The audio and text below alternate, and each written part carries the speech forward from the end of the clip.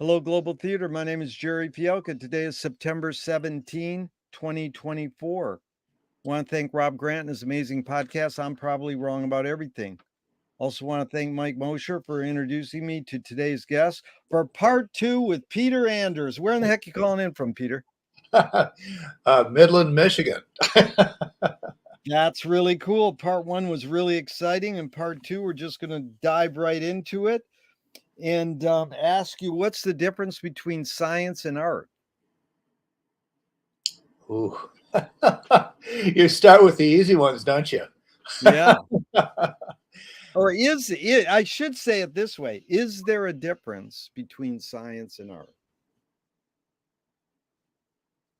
You know, that's a good question because it's almost like distinguishing breathing in from breathing out. They're both kind of the same process, but they kind of serve different purposes. One is reaching out into the world, and the other one is pulling things in. It's amazing. That's a really good, because I know you study yoga. How many years you been doing yoga? About 25, 30 years in that range. Yeah. It's amazing. And it really is because you also come from magic, which really intrigues me. Your interest in magic was pre-architecture or post? No, post architecture. I really kind of stumbled into it from a different angle than a lot of people. I was interested in illusion in architecture. Oh, That had to do with digital technologies and the fact that our computers are actually capable of making environments that are separate, but are representative of physical spaces. And so then the question became, well, how does a human being experience these kinds of spaces? And of course, there's the technology, there's the screens, and all that sort of thing. But really, where the illusion actually happens is in the mind, and yes. that's really all. The technology is basically just external amplification, you might say, of what happens mentally. And so then the question is, how do you stimulate the mind to produce that kind of reality? And that led me right down the rabbit hole. It was 19th century magic was basically an area that I researched as part of my doctoral work.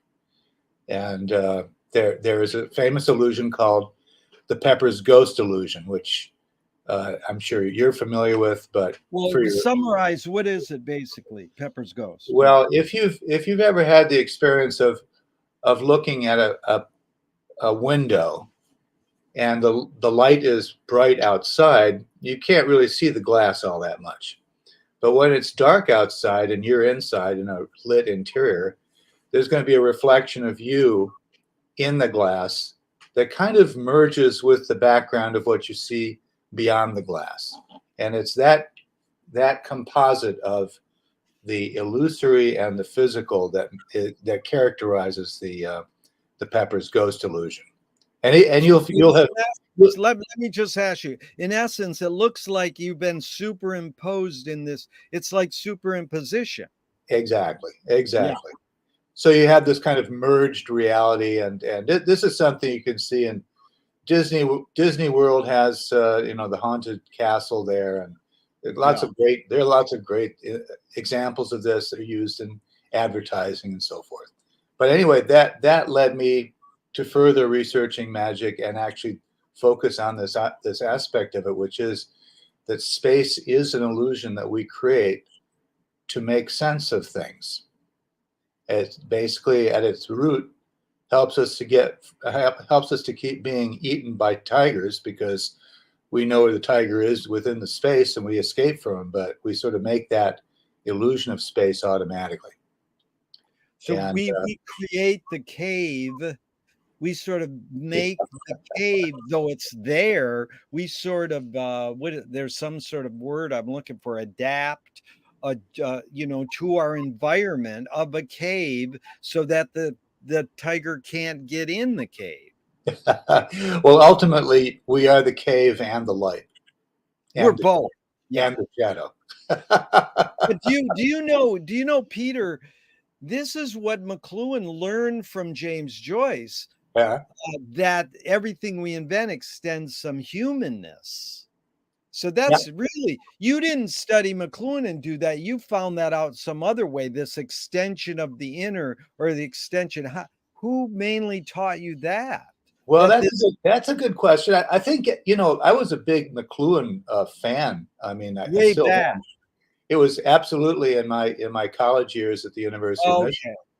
Okay. So And you might have gotten that, because he got it from, like, I mean, Whitman says it yeah, as extensions, and there's a lot of people that accept, but Joyce says, I will extend my, silence, cunning, and exile. He's extend. So there's various sources. I mean, it probably goes before Whitman, but I was curious, but let's go into space in a second. And mhm. let's stay on science and art, because I'm just curious, because this same issue, the New York Times we were talking about, had this Sunday. Look at this. Art and science stir curious minds. And, it's all about they're doing art exhibits of, art and science. Oh yeah, oh yeah. I mean, I'm very.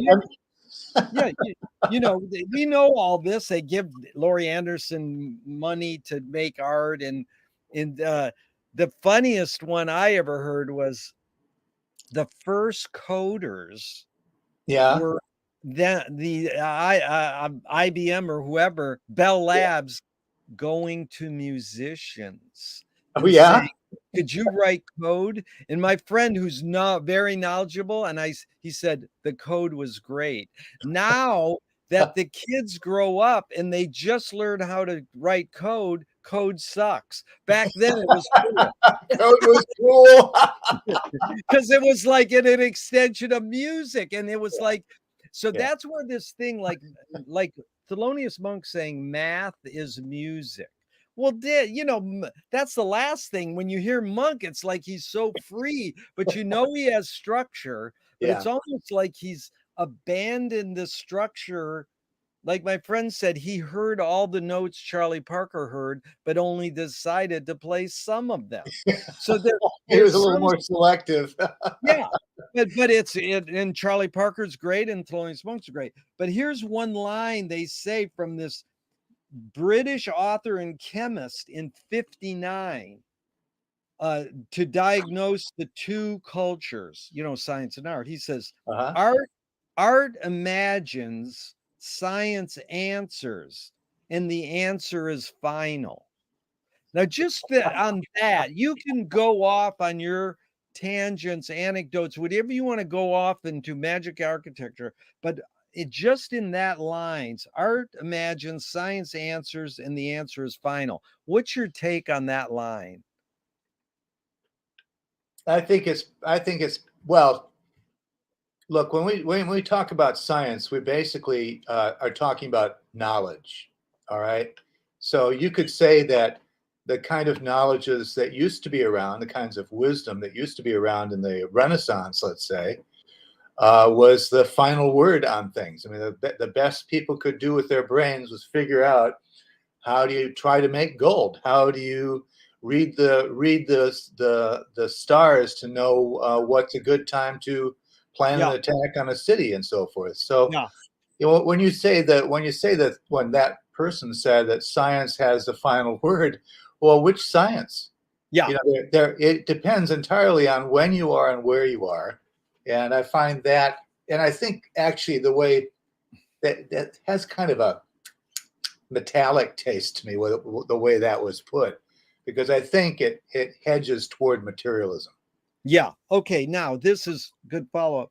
Paul Binet, a French archaeologist, said science finds no truths. It discovers unknown facts that can be interpreted 1,000 ways.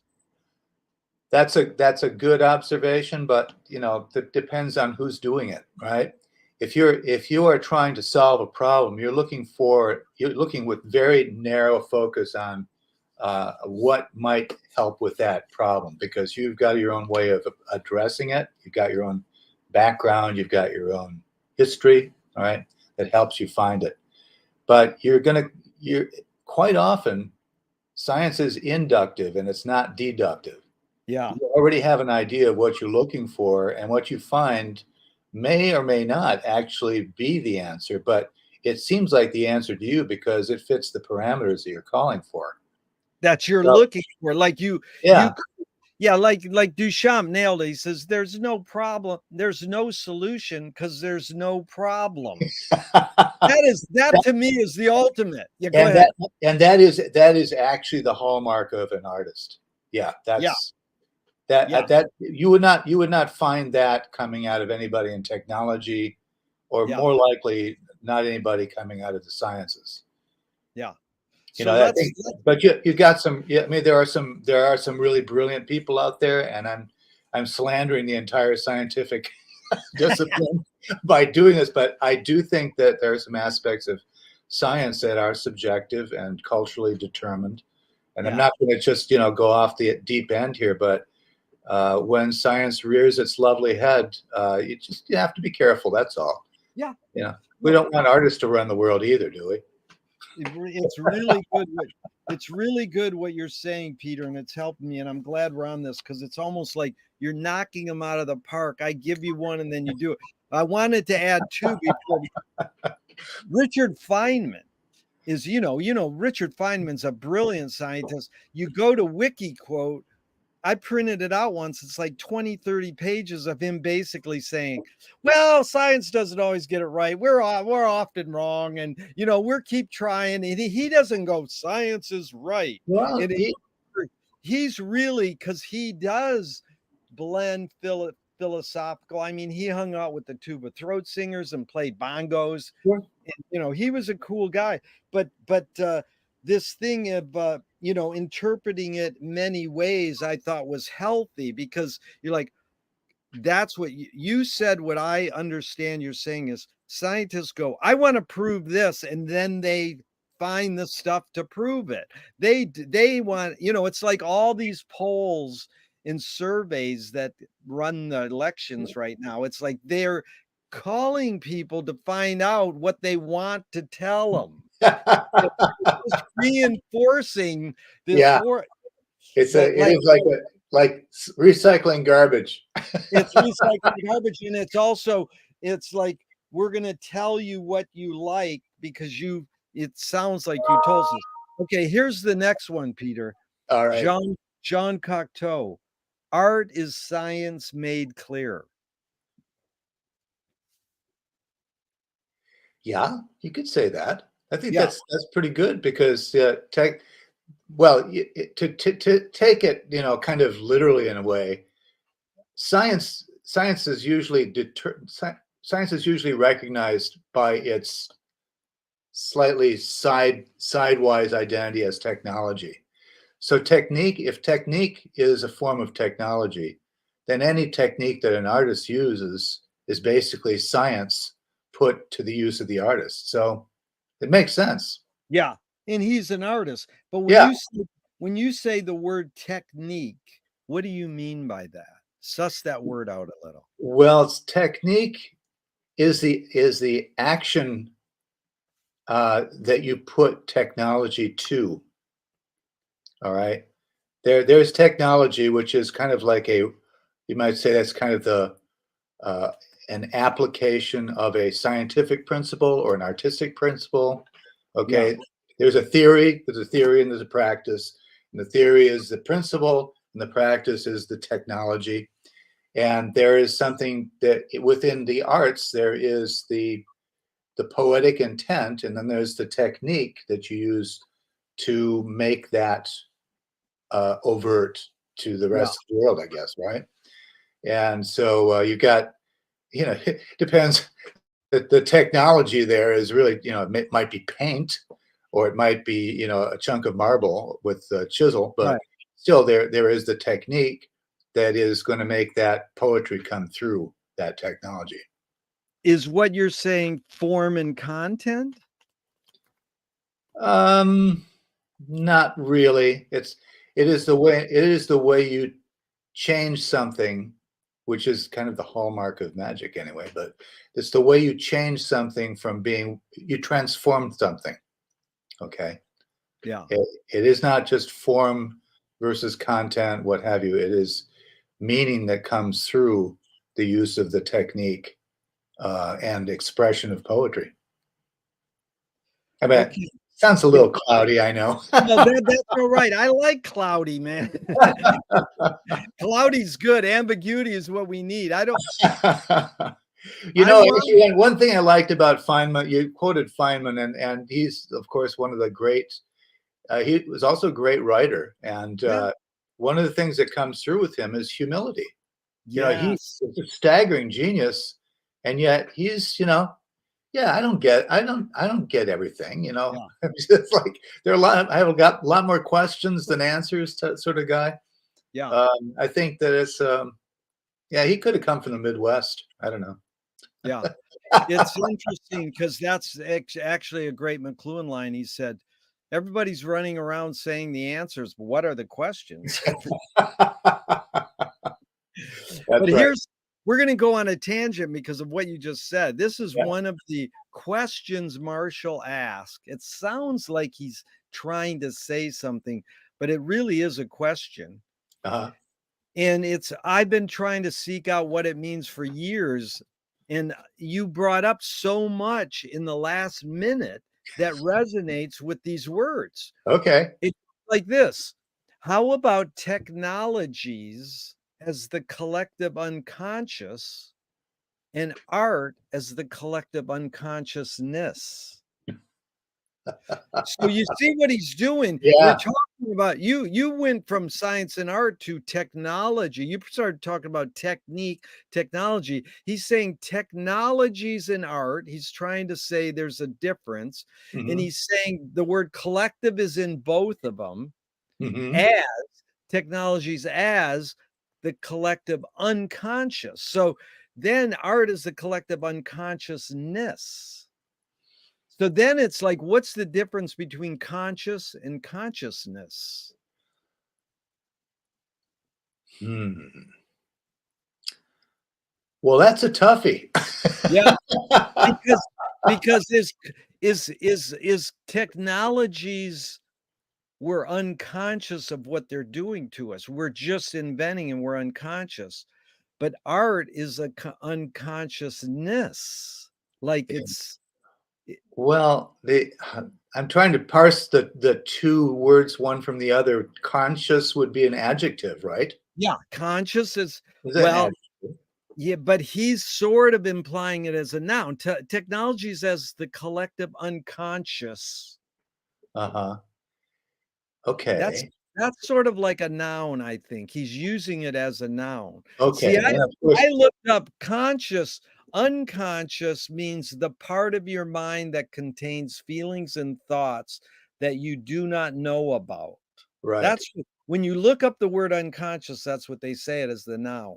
that you do not know Unconscious about. Unconsciousness seems to be the expression of that, the state of being unaware of what's going on. Mhm. Mhm.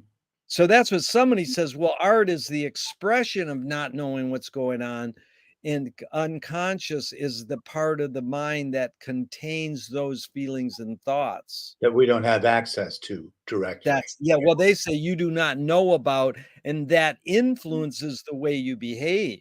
Yeah, See, we clearly. don't go Yeah, ahead. Yeah. and it's good too that it's not called the subconscious, which is Yeah. much more structural relationship. Yeah. But in the practice of magic, certainly the more abstract forms of magic, there's a big deal about the seeming separation between the conscious and the unconscious, Oh, or the really? yeah, the unconscious, because it is the unconscious that has, well, let's put it this way. What we have as our reality, as our conscious world, where we are thinking and talking about things and observing things, that's pretty narrow bore consciousness, because you basically have, in order to understand anything, you've got to edit it way down to like 1/10,000th of what it is in order for you to even make any sense of it, let Yeah. alone really understand it. Yeah. But the unconscious, I would submit, is really something that is a much wider bore. And it Yes. takes in a lot of information that would completely scramble us. And most of the brain's effort really is to try to edit out information that's not necessary. But the first filter is the unconscious. And that takes the signals from the senses and from memory and from everything that else is the buzzing inside your body. And it just sort of is the holding, the receptacle for that, you might say.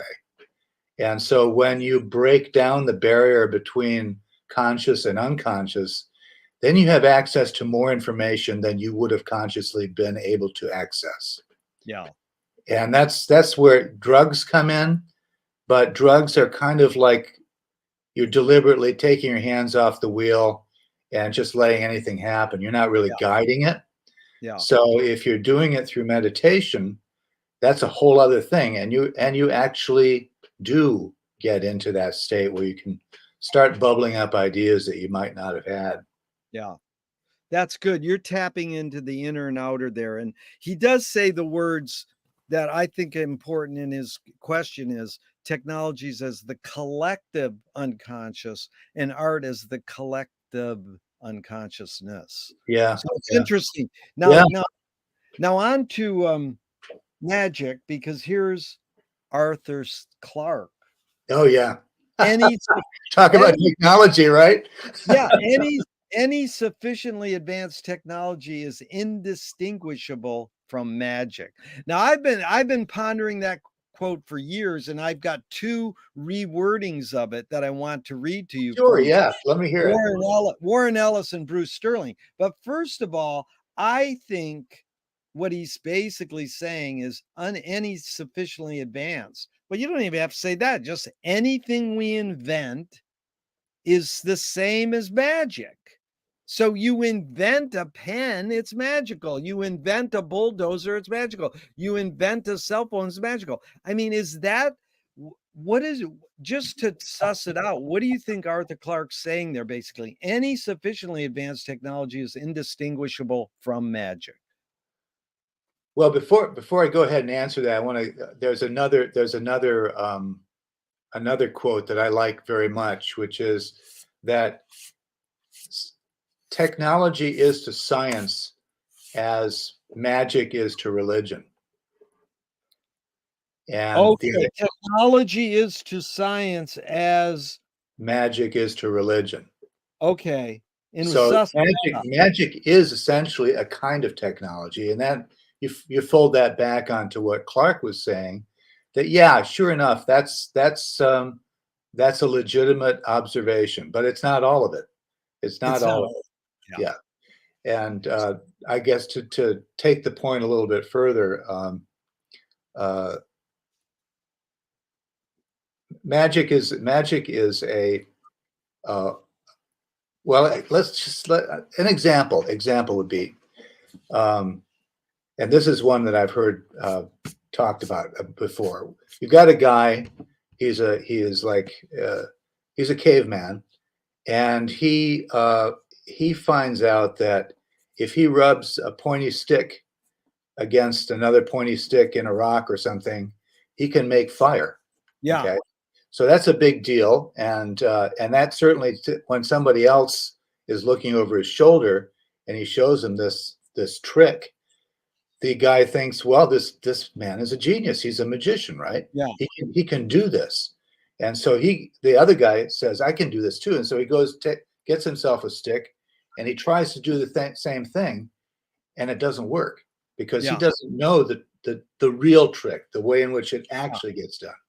So with that misunderstanding, the caveman A becomes a magician.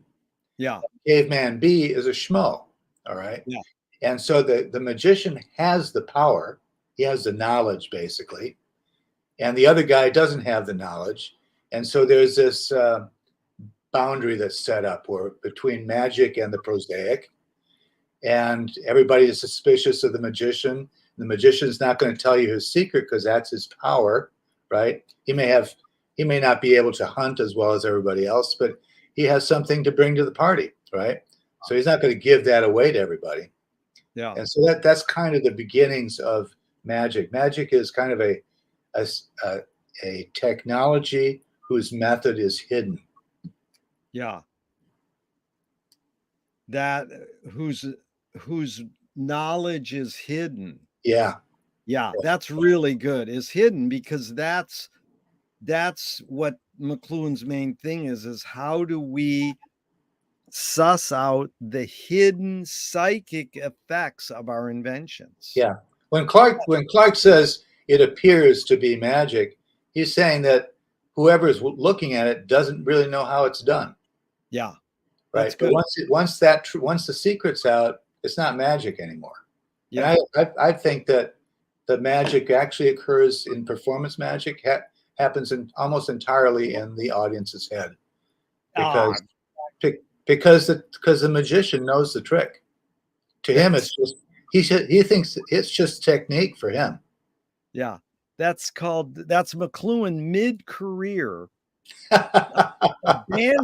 He abandoned. No, it's 40 to 80, 1940 and 1980. 60s, it's on the cover of Newsweek.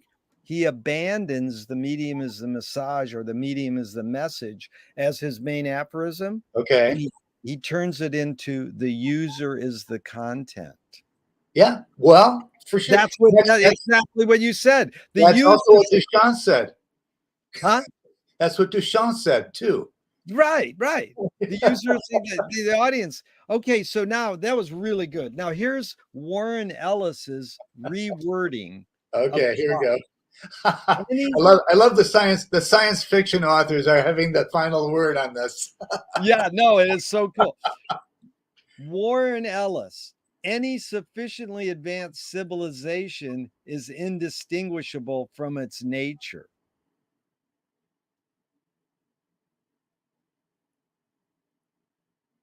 I have to think about that one. Because that's like nature is such a huge word. Yeah.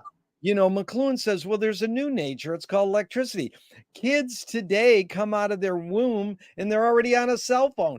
That is their, they don't know the world without cell phones. Yeah.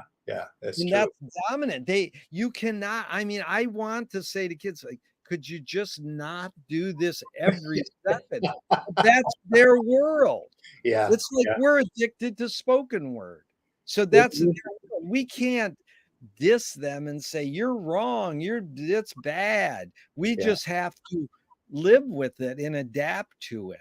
So well, then I see what you're saying, because the nature, what you're saying there is actually the culture. You are basically, and it could be argued too that culture is just another extrapolation from nature. So that could be. I'm just guessing on Warren. Any sufficiently advanced civilization is indistinguishable from its nature. But here's Bruce Sterling. Okay. Any sufficiently advanced technology is indistinguishable from its garbage.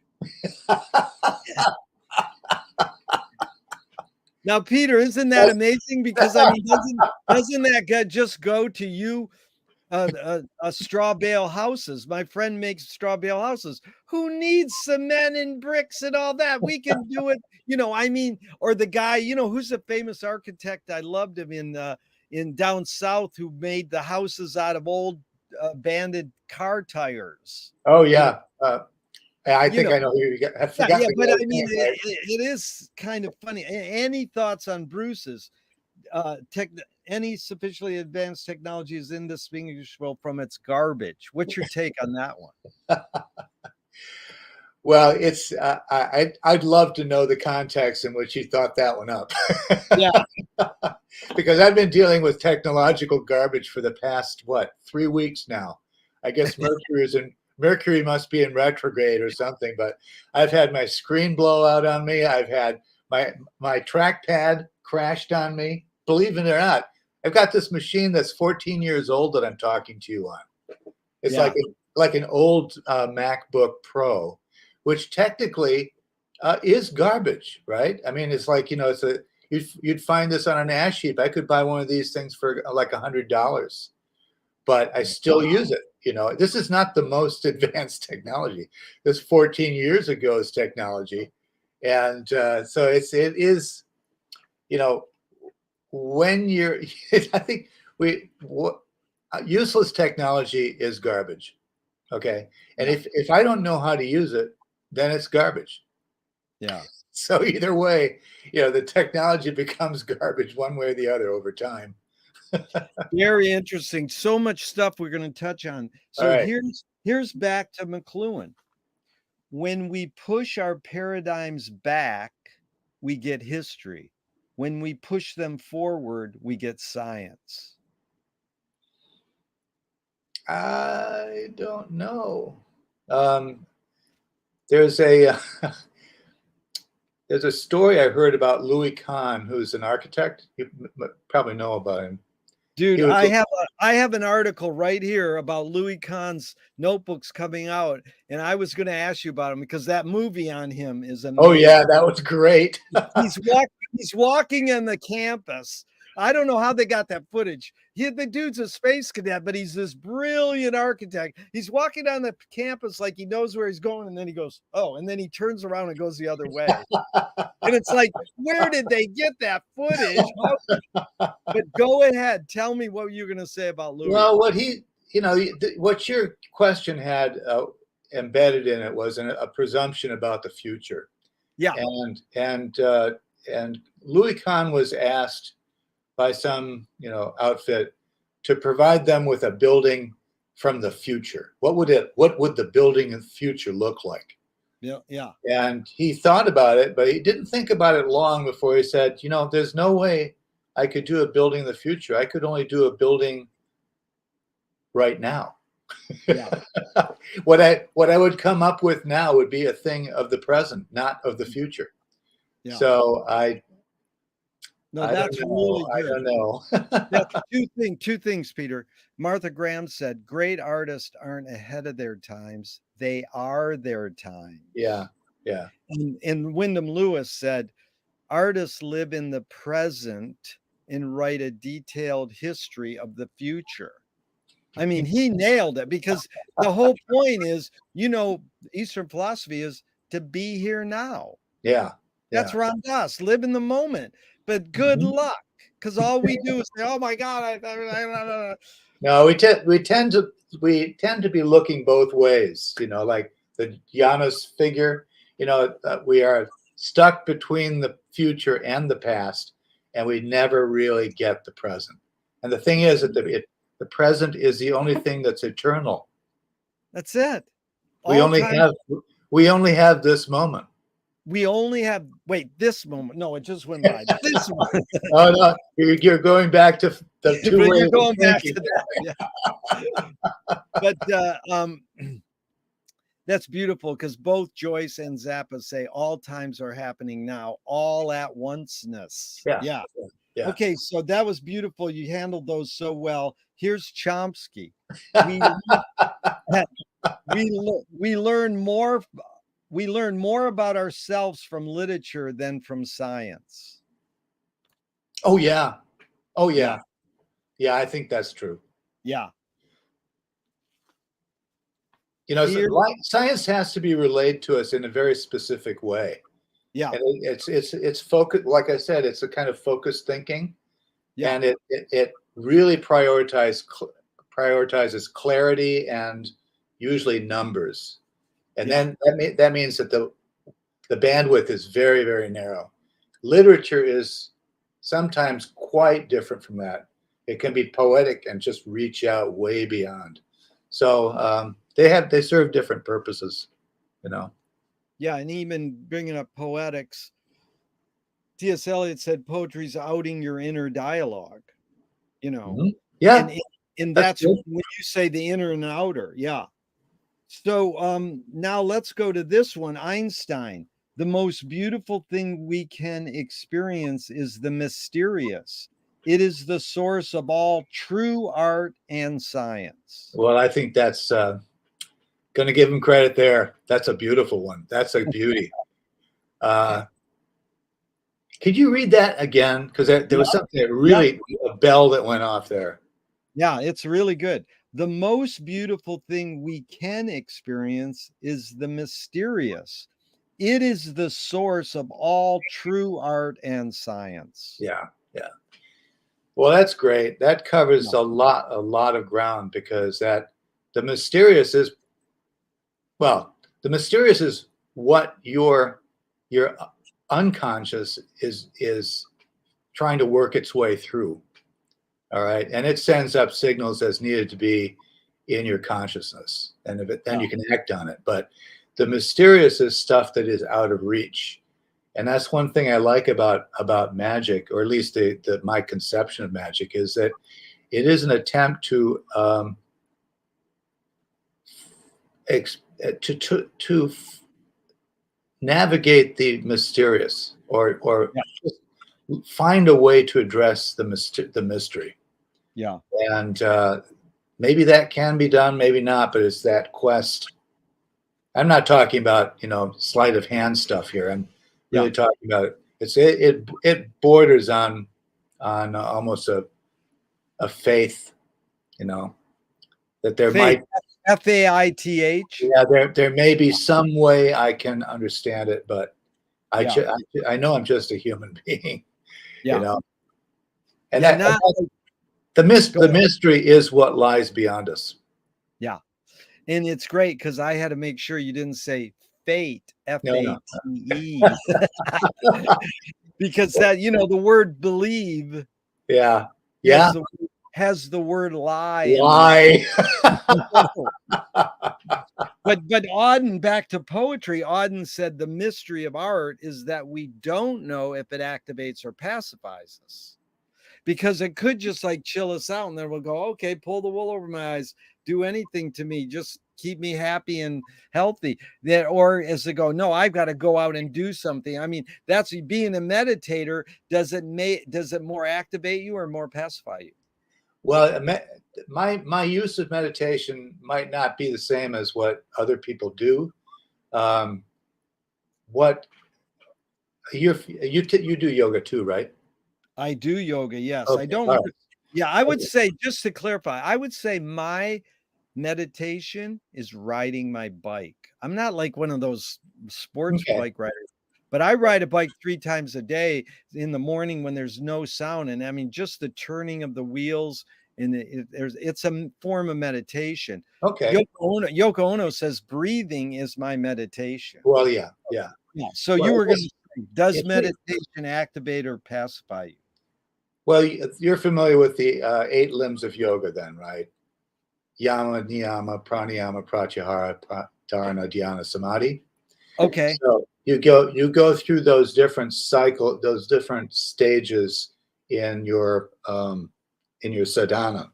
So yeah, you you wind up with, after having done all of your asanas and done all those things correctly, you go into a breathing phase, which is the pranayama. There's a withdrawal of the senses, which is pratyahara.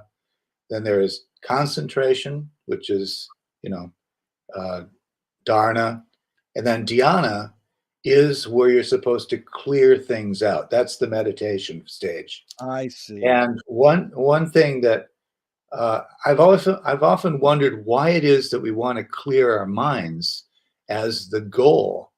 Yeah, And so my teacher said, that's not the goal. The goal is to actually do something with that. And I said, well, what do you mean? He said, and this is the perfect metaphor. He says, when you're in dhyana, you are clearing your desk to get something done. And it basically, everybody has experienced that. You're sort of like clearing your mind of other kinds of worries and woes, and you're going to actually get something done. And in a meditative state, I clear my mind and I say, what do I want to do? And I do things like I I have a room that I redesigned in my house. All right. And what I would do is I would go into that state and I would conceptualize what that room would look like, and imagine my body stepping out of myself and walking into that room and exploring it. All right. yeah, That's kind of a design process. yeah, But the use of the meditation stage was to get that work done. It wasn't just to bliss out. yeah. It was to actually do something. That's really good. It reminds me of this joke I tell. I have a list of things I've got to do today. And then I lost the list, so I got the day off so I could chill out. But then I make a list for the next day, and the first thing it says on the new list Find the is list. find old list. But see, I got to chill out. I cleared the desk. I had a nice day, and now I'm ready back to do it I love it. I to love get that. something done. Yeah. There's a joke I sometimes tell about my own past. I say, well, I worked here and I worked here, and then finally I was self-employed, but I was fired for insubordination. Yeah. That's it. I have that joke too. I says, I'm self-employed. I gave myself a pink slip. I'm self-downsizing.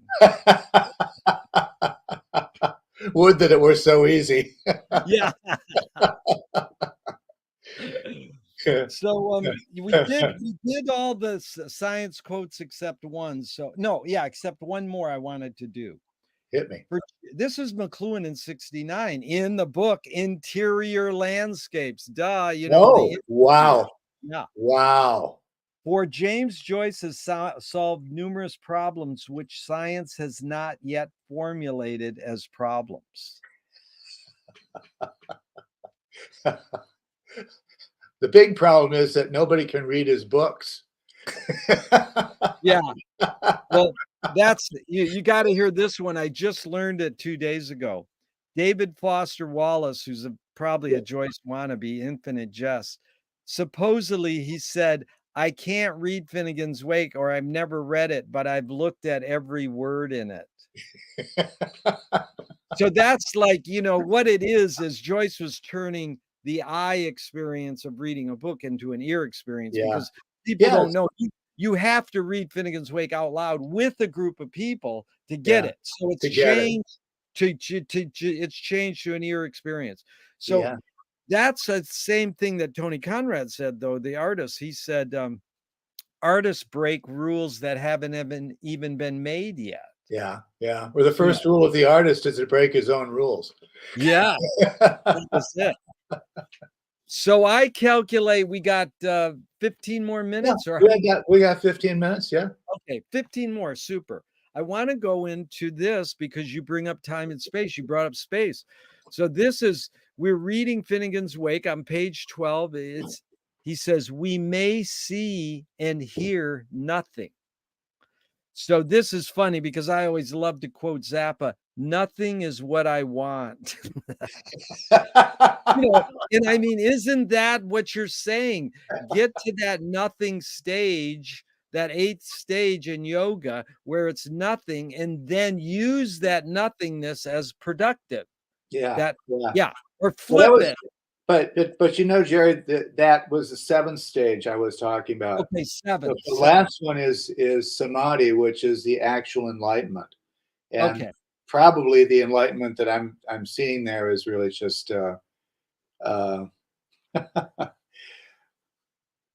having come up with a productive plan for a building or something. I mean, right, having coming up, not doing it, but at least you have some sort of epiphany, some sort of drive. You used a couple good verbs there to get. We'll just say you cleared the desk to get something done.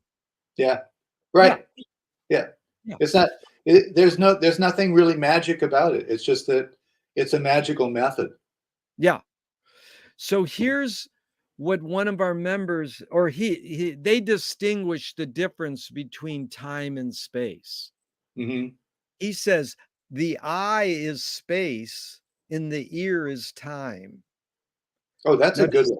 Yeah. Does that resonate? How does that resonate at all with you, that the eye is space and the ear is time? Well, you know, through the eye, everything happens reasonably simultaneously, but we hear in sequence. You know, that's when it's like the difference between a map and a set of instructions. Like if I look at a map, I can see all kinds of different ways to get to a certain place, and that's all at once. Or I can get a specific set of instructions on how to get somewhere, And if I screw up on one of those steps, which was given to me in sequence, I'm screwed. So So you're saying that's great. You're saying the eye is space, yeah. simultaneity is the map, and the Hmm. ear is time in sequence, the instructions. Yeah. As a narrative, you might think, you know. Yeah. And Meaning that's not just with words. That's environmental sound and everything. you're saying ear is narrative. Yeah. Would you say eye is story then? Is there a difference between No, I narrative don't think I is story. I is simply raw content, and and raw you content? make your own story out of it. Yeah. That's the map is not the territory. Yeah. Simpson. Yep. Yeah. I get That's it. that's also like I'm in Midland and I go, how do I get to the college? And the guy looks at me, he goes, can't do it. That's Can't a get. good Midwest joke. Or the other one is, how do you get to the college from here? And they go, well, you go to where the gas station used to be and you take a right. Then you go left at where the building was torn down that used to be there. But here's the other one that um it's if eye and ear, space and time, Philistine and artist. Mhm. Does that break down same? That the eye would be Philistine and the artist would be ear?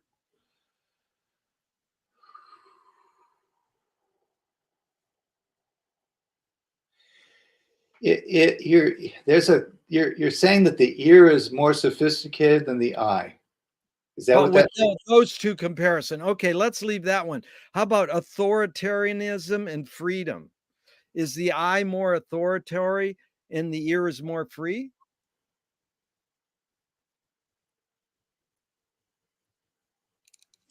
I'm, I'd be stretching things if I responded to that. Good. Okay. The word there he is unresolved. That's Unresolved. these comparisons are unresolved. Well, the other one is these are in Finnegan's Wake. Death, stone is eye, life, tree is ear. So again, they're just breaking down these binaries. Yeah. But here's the other one I wanted to read to you is the Incas regarded time and space as a single concept. Pancha, P-A-C-H-A. Really? So how do you relate to that? How could time and space be a single concept, especially with Incas? Because aren't they sort of noted for their architecture? Yeah, and also they weren't they were kind of tied in with the whole Mexican understanding of time. You know, the Yeah, Aztecs had that as well. Um, Time and space being the same thing. That's of course, that's Einstein's big deal. And I think it came before him actually, but he basically gets a lot of credit for that. And what I'm reminded of is my friend of mine is an artist. His name is Chris Speed, yeah, and all of his projects have something to do with space and time, because his last name being Speed, conflates those two. right. And he did one project that he had a series of concentric circles that went from the lobby of a building to its furthest points, and those circles determined how long it took you to walk to that point. So going from a point of zero out to the periphery of the building, it would take you 20 seconds to walk that distance, and he would mark each one of the sections that you had transgressed, you might say. Yeah, And another one that he did was a clock which stopped. If you were not looking at the clock, it would just stop. But then if you went to the clock to check the time, the clock would spring into action and the hands would whirl around until yeah. it reached just the right moment. Amazing. Yeah. So, Well, I mean, yeah, I want to have him on my podcast. Please hook me up with him because that's amazing. Because Hollis Frampton made a great film where people freak out, but it's 11 minutes staring at a school clock turning. oh yeah, That's all it is the clock. You're just looking at a school clock. And when I describe it to people, like trying to explain to them, this is an experimental film, they go, I've done that. I've done that. I've stared at a fucking school clock for 11 minutes. Yeah, yeah. But No, but there's another there's another artist. Yeah, go ahead. Sorry. I'm sorry. You go ahead. You do it. I was just saying Chris's piece is the opposite of Hollis not Hollis Frampton. It's Morgan Fisher's film. Morgan Fisher. I'm going to look that guy up. Yeah. I was just going to say that there was a I can't remember the guy's name, and it's just he did the film La Jetée, which is about time travel. Marker. It just happens to be my favorite filmmaker of all time. Okay. Yeah, that's the guy. Well, then of course you're familiar with this like 12-hour long movie that is just composites of clips from movies that show a clock's face. No, there's two different people. Oh. You're thinking Christian Marclay made The Clock. Okay. Which is a 24-hour film. That's right. Okay, thank you. That is an amazing film. That is, and it drove him nuts making it. I'm sure. Sure. It's sad because he is now. I mean, he's not nuts, but there's a New Yorker article where he said, but it's an amazing thing. The funny thing is that you mixing him up with Chris Marker is totally fine because Chris Marker actually asked, "Can we escape time?" Yeah. And of all people, he's done it with La Jetée and Sans Soleil. I mean, he's the master filmmaker of all time, in my opinion. But well, listen, hold on just a second, because as I wrote down these names, one guy's name is Christian Marclay, and the other's name is Chris Marker. I mean, one's just a French version of the other. It's very this is a pattern we've never heard, because Chris Marker's a trip. He died at 90, got his picture in the Oscars for people who died, but never would let people take pictures of him. Really? There's a long story with Chris Marker, but that's not his name. He took his name from magic markers. He made up a fucking fake name, and it's amazing what he did. He was on Second Life at the end of his life, where you're a cat in some virtual world. But Christian Marclay is a lot younger. Christian Marclay's our age. Yeah, he's like a rich art kid from Switzerland, but he's really smart because he basically invented. No, he invented putting stuff on an album and scratching before the rap dudes did. Really? He sort of did what Cage did, prepared piano. Prepared piano, exactly. And I'll tell you the biggest is if you read Zadie Smith's review of The Clock in like New York Review magazine, one of those magazines that Mike Mosher reads. Yeah. those highbrow intellectual. It all comes back to Mike Mosher, doesn't it? Yeah, one of those highbrow intellectual magazines, newspapers. It is like, I always say, if you read Zadie Smith's review of The Clock, it is like what Finnegan's Wake is. Yeah. She trying to capture. Because that movie is intense. I mean, it cost $1 million to own it. First of all, you got to buy it. Really? Yeah, and I mean, only art museums buy it, and then who's going to sit there for 24 hours? Sit there and watch it? Yeah, exactly.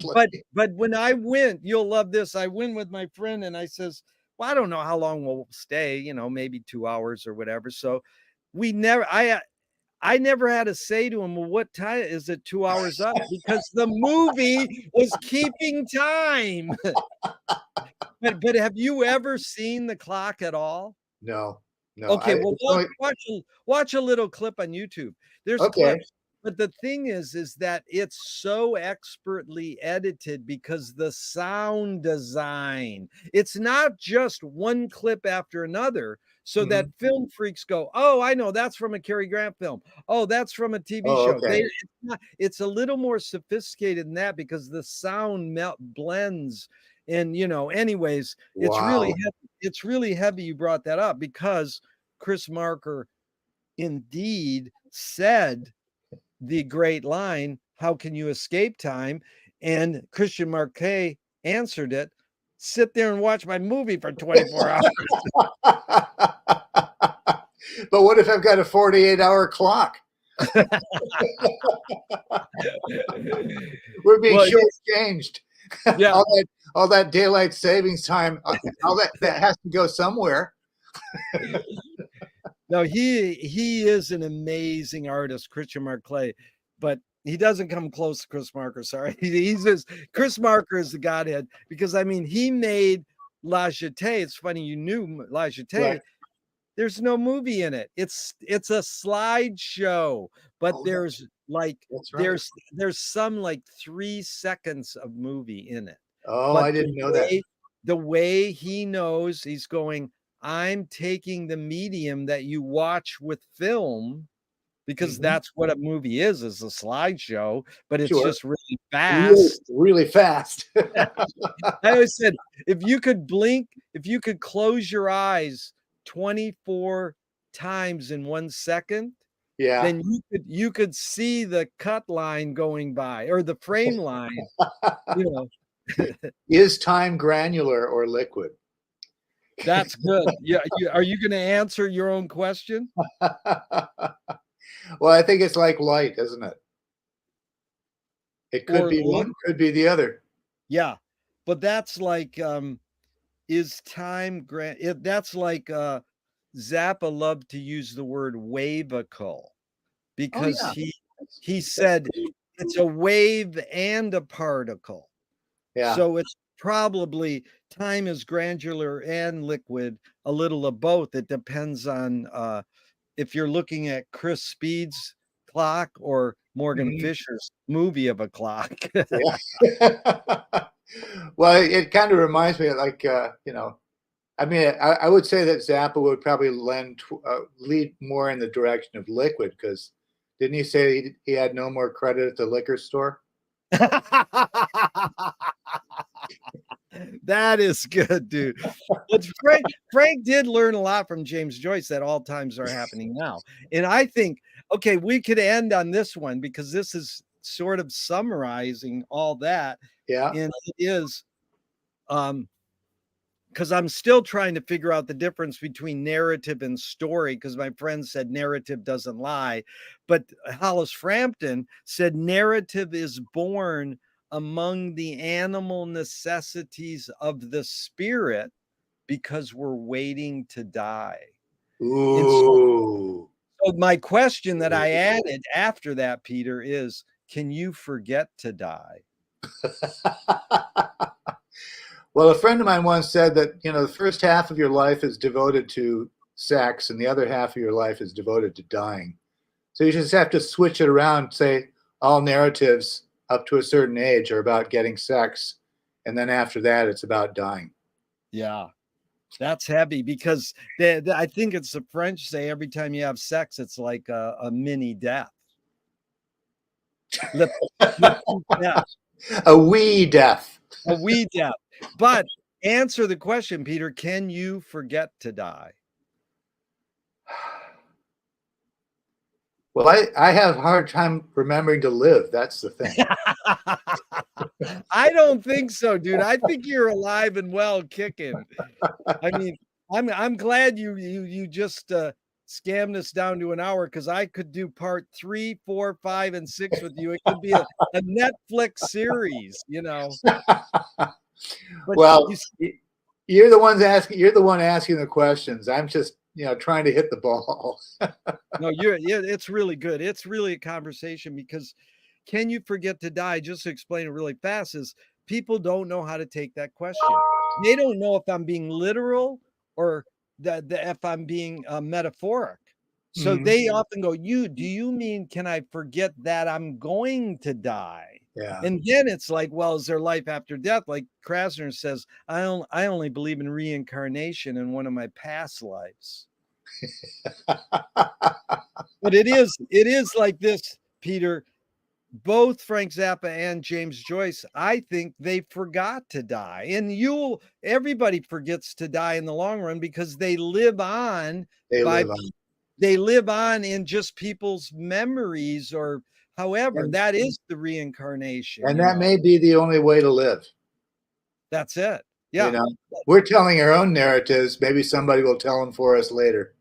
That's it. And my friend also taught me, what happens to you after you die is whatever you think happens or you believe happens. Yeah. So if you believe that you get, reincarnated into a tree, then that's what happens. If you believe you're just dead meat in the dirt, that's what happens. Well, think positive. Be an optimist. That's what I am. Well, I'm optimistic we're going to plan a part 3. Thank you so much, Peter. This has been such a delight, and I really appreciate it. It's a real pleasure. I'd love to meet you someday in person, but till then, we've got tiny screens. That's it, man. I'm gonna hit the end broadcast button, and I do hope this will never stop, and we'll keep talking forever and ever. Let's keep it up. Thanks for the time.